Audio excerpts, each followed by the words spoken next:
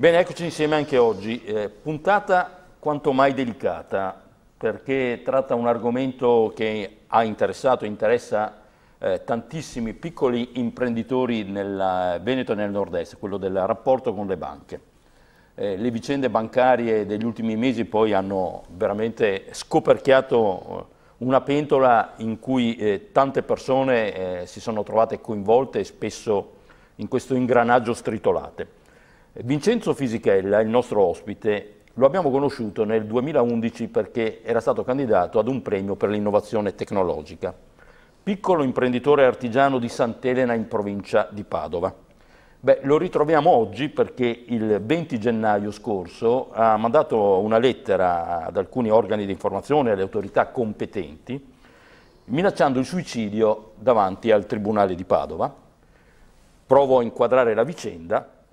Suicidio dettato da una supposta ingiustizia nei suoi confronti, perché a fronte di una situazione analoga di rapporto sfalsato con un istituto bancario, un pubblico ministero ha rinviato a giudizio i vertici di Veneto Banca, un altro pubblico ministero ha invece archiviato la vicenda, ecco là c'è il faldone, ha invece archiviato la vicenda analoga però riguardante una banca di credito cooperativo. Questo è un po' il quadro della storia, di più non è giusto dire perché la vicenda è ancora aperta, è stato chiamato in causa anche il Consiglio Superiore della Magistratura. Allora il 20 gennaio Vincenzo Fisichella manda... 22 gennaio, Vincenzo Fisichella manda questa mail PEC, ovviamente intervengono le forze dell'ordine, in particolare i carabinieri di Solosino, lo raggiungono e lo disarmano. No, consegno volontariamente perché grazie a un tuo collega giornalista Pittalis e un mio amico meccanico di Solesino, la sera prima viene a casa mia questo meccanico e mi dice domani mattina chiama i carabinieri. Siamo contenti che sia con noi, ecco, insomma, siamo ancora qua. Mi dice non devi fare pazzia, ci ho detto io non riesco più a respirare più, no? Avevo mal di testa, non riuscivo più a dormire perché il giorno 10 di gennaio, a seguito finalmente dopo svariate istanze riesco a parlare con questa PM insieme al mio avvocato e davanti anche a un pubblico ufficiale,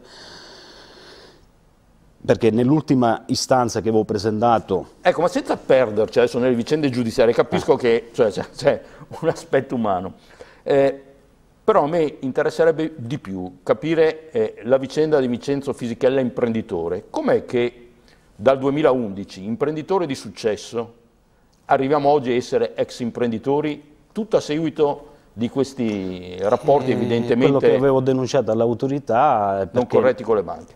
I primi anni quando gestivo io i pagamenti dei miei fornitori andava tutto bene, a un certo punto non so il motivo perché, e questo era anche oggetto della denuncia dell'esposto presentato, mi cominciano a pilotare i pagamenti fornitori X, fornitori Y e non capivo il motivo e perché.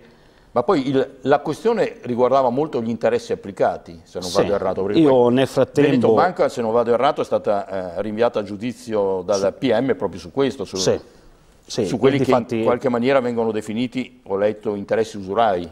Allora, lì sono state applicate 3 articoli di legge, che adesso c'è la violenza privata, perché correlate fra di loro nei vertici di Veneto Banca. Ovviamente parliamo dei vertici precedenti, insomma quelli dello scandalo, perché e quindi l'usura.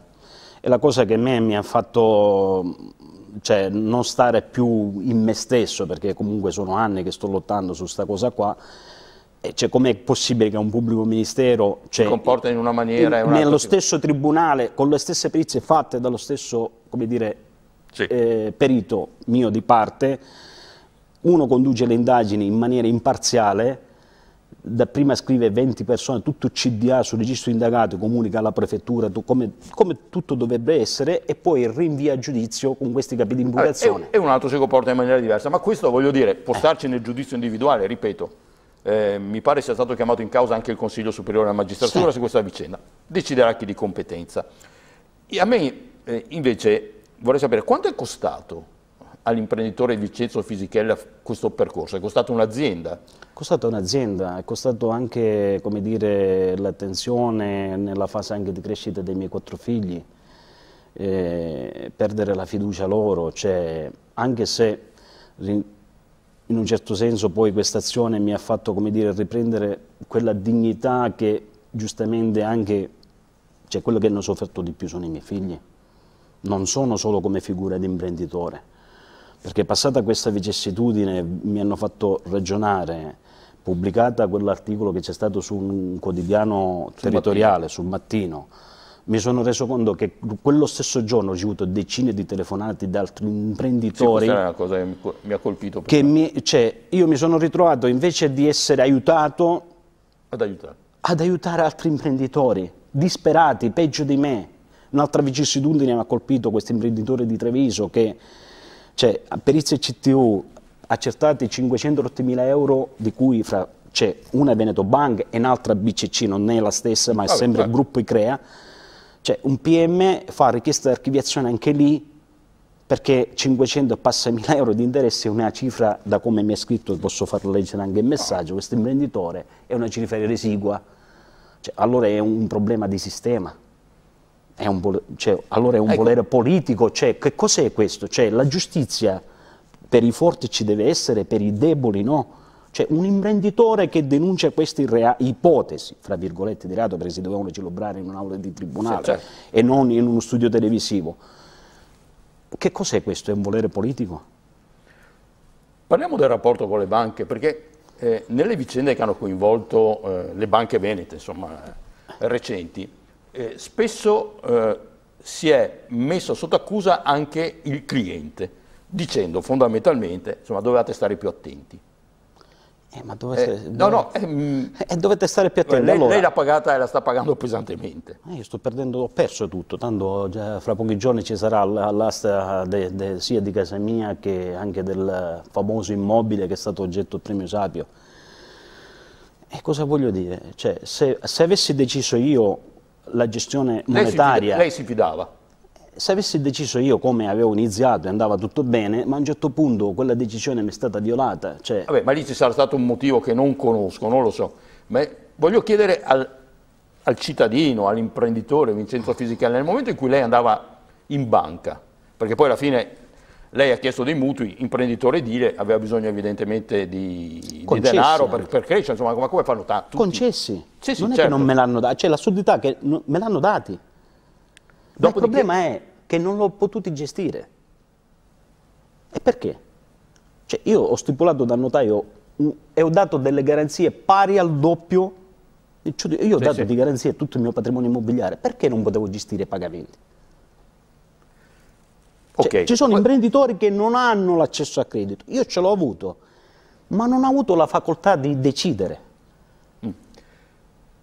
Questa è la storia su cui poi in qualche maniera chi di dovere interverrà, ma era per chiedere, quando un imprenditore come Vincenzo Fisichella si è recato in banca per espletare, insomma, le formalità, lei si è fidato della banca fondamentalmente, no? Di quello che le diceva? Era la mia banca, ero anche socio.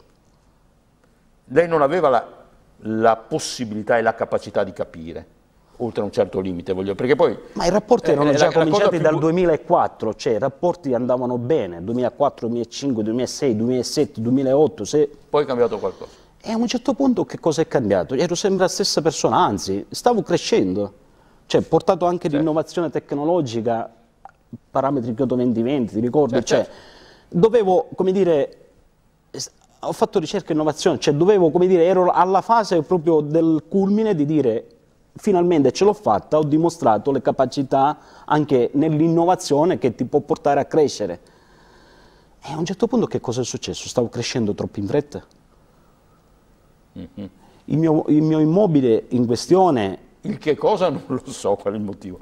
Di sicuro abbiamo capito che in quegli anni è successo qualcosa nel sistema bancario veneto che ha titolato i piccoli. Chiusa quella vicissitudine, nel 2012 mi fanno i decreti incentivi, e il segnalato sul centrale rischi interbancario e tutto quanto, è iniziato il declino. E lì è cominciato il declino. Ma la cosa che mi fa specie, che ancora mi rode, che gli inquirenti dovevano accertare, Il 25 novembre del 2015, quindi dopo anni, non erano ancora state iniziate procedure immobiliari, di aste immobiliari nei miei confronti.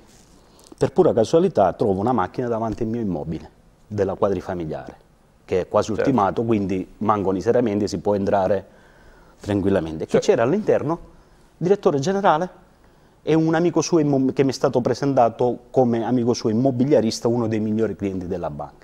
Fermiamoci là perché sennò andiamo magari nei guai su queste cose qua.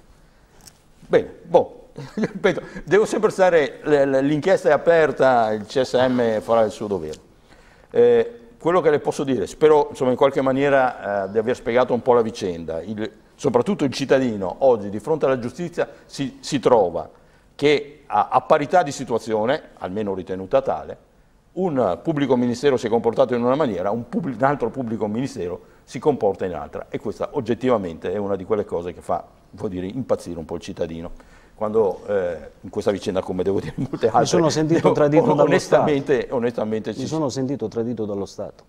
Cioè lo Stato dov'è? Detto questo, è meglio che stia da questa parte, però abbandoniamo gli istinti, le voglie di suicidio, perché sono anche 4 figli. Quindi, insomma, no, io ringrazio anche i miei figli che in quel momento là, poi condivisa questa situazione, mi hanno ridato la forza di andare avanti, pazienza, si prenderanno casa, si prenderanno tutto, tanto questa è la giustizia, io ripartirò da zero, magari forse andrò all'estero, non lo so, cioè perché non mi sento più, come dire, un cittadino italiano. Beh, noi invece abbiamo ancora voglia di credere nella giustizia, speriamo che insomma, ovviamente faccia il corso migliore che può fare. In ogni caso, grazie a Vincenzo Fisichella, la sua storia l'abbiamo raccontata, noi come altri penso continueremo a seguirla. Io vi ringrazio Buona della vita, vostra perché disponibilità. mi pare che sia l'augurio migliore in questo momento. Ma io voglio dare un messaggio a tutti quegli imprenditori che stanno soffrendo in silenzio. Purtroppo la politica lì è assente, visto che siamo anche sotto elezioni. Fermiamoci. Non vi arrendete. Bene. Non vi arrendete. Neanche a lei. Alla prossima, grazie. Arrivederci.